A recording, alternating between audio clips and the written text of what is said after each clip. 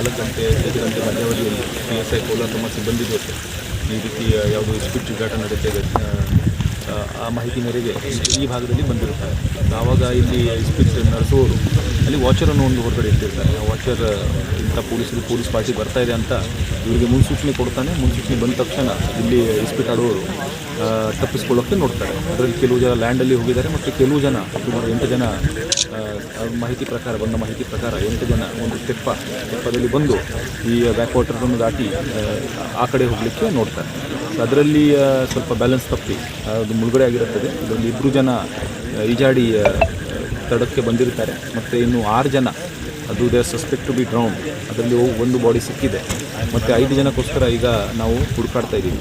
ಈಗ ಕತ್ತಲೆ ಆದ್ದರಿಂದ ಮತ್ತು ಸ್ವಲ್ಪ ಇಲ್ಲಿ ಮೀನುಗಾರರು ಬಲೆ ಹಾಕಿದ್ರಿಂದ ಅದನ್ನು ರಾತ್ರಿ ಸಮಯದಲ್ಲಿ ಕಾರ್ಯಾಚರಣೆ ನಡೆಸೋಕ್ಕೆ ಆಗ್ತಾ ಇಲ್ಲ.